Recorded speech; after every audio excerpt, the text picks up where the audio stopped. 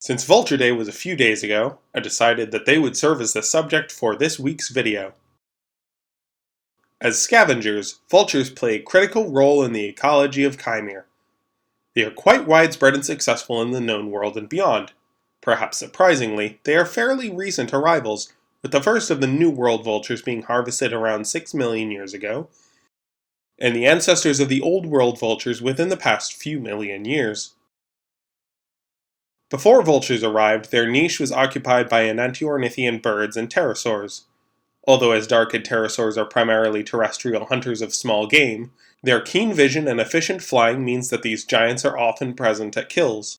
There are two species of tiny as darkids that remain of the small hunters formerly specialized in scavenging. Despite their reputation as clumsy flyers, recent studies seem to imply that Enantiornithean birds were quite efficient despite being fairly basal in the bird family tree. Earlier harvests brought in true birds to fill other niches, but Enantiornithean birds held strong as aerial scavengers. At carcasses, they were highly competitive, employing serrated teeth and clawed wings to assert themselves with their peers. The arrival of true vultures was their ultimate undoing, although one species, the Spur-Winged Buzzard, is still found in the known world. In the continents beyond the known world, Enantiornithean birds and pterosaurs remain the most common aerial scavengers. Carcasses draw most carnivores for their slice of the pie, but some are more common than others. Eudromaeosaurs, especially the cursorial clade common on the prairie, are regular visitors to these morbid buffets. Hyenas and jackals also compete for their share throughout the known world, along with the Nahashet, a voracious entelodont. Perhaps the strangest member of these castes are the ankylosaurs and horned dinosaurs that sometimes visit kill sites, mostly to take a bone to chew on. Although most terrestrial carcasses of the known world are dominated by vultures, cold regions and coastal areas are more dominated by other birds. Gulls and petrels are the most common scavengers of the coastal region, and considering how much of the known world is shallow seas and islands, that is a lot of niche for them to occupy. In the colder region, carrion crows are more common, with a raven, a crow, and a large jay being the most common in the known world.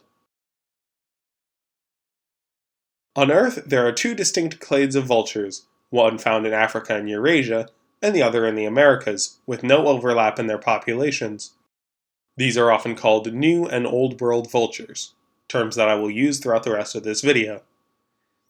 Although sharing a niche has through convergent evolution resulted in many shared traits, New and Old World vultures evolved from very distinct clades, with the Old World vultures being related to birds of prey like hawks and eagles, while New World vultures don't have any close living relatives. New World vultures have an extremely keen sense of smell which they use to find food. Old World vultures use vision to find their next meal. Unlike on Earth, New and Old World vultures do share territory in Kaimere. Generally speaking, the New World species live in forests, while Old World vultures dominate on prairies and mountains, although there is some overlap. The rainbow-headed vultures can be found in two species, greater and lesser. The lesser rainbow-headed vulture is the most common vulture of Kaimere. Their sense of smell is legendary, and their social instinct make them easily bond with unrelated animals, making them surprisingly good pets. More on that in a moment. The greater rainbow-headed vulture is fairly rare, although they range throughout the forests of the known world. With a wingspan of 12 feet and weighing up to 40 pounds, they are an imposing presence at any forest carcass. The horned vulture is a combative species found on the prairie.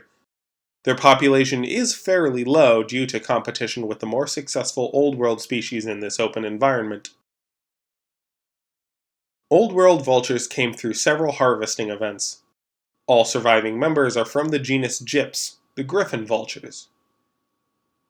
With a wingspan of 15 feet and weighing up to 50 pounds, the mountain vulture is the largest flying bird of Kaimere aside from the teratorns. Out on the prairie, the white vulture is quite common, with flocks at every carcass and thriving during the dry season.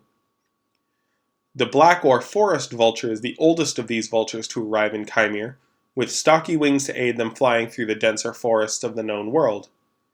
They share their niche with carrion crows. They tend to dominate crows, but give way to jays and the much larger ravens. The red vulture is the most successful representative of the Old World vultures, with the highest population and widest range, and alongside the lesser rainbow-headed vulture, being what most Chimerans think of when they imagine a vulture. They are especially intelligent animals, showing a surprising amount of innovation and creativity compared to their relatives. The red vulture is a highly social animal, with their flocks being extremely complex.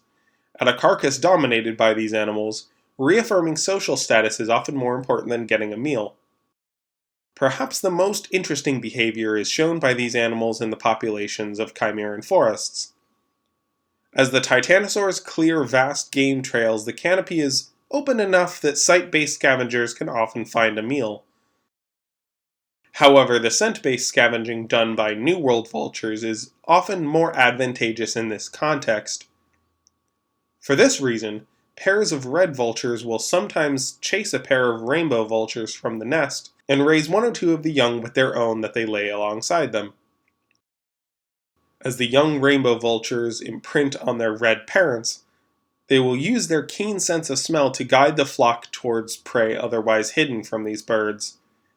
This behavior isn't common, but occurs enough that many flocks will have a few rainbow-headed members in their forested regions.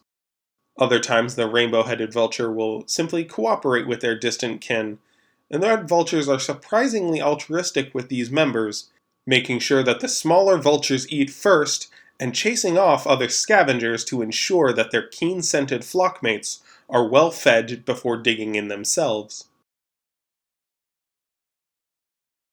There is a lot of cleanup to do in order to maintain the health and stability of such productive ecologies as found in Kaimere. Scavengers may seem frightening or unsettling to us, but they are important contributors to a healthy ecosystem.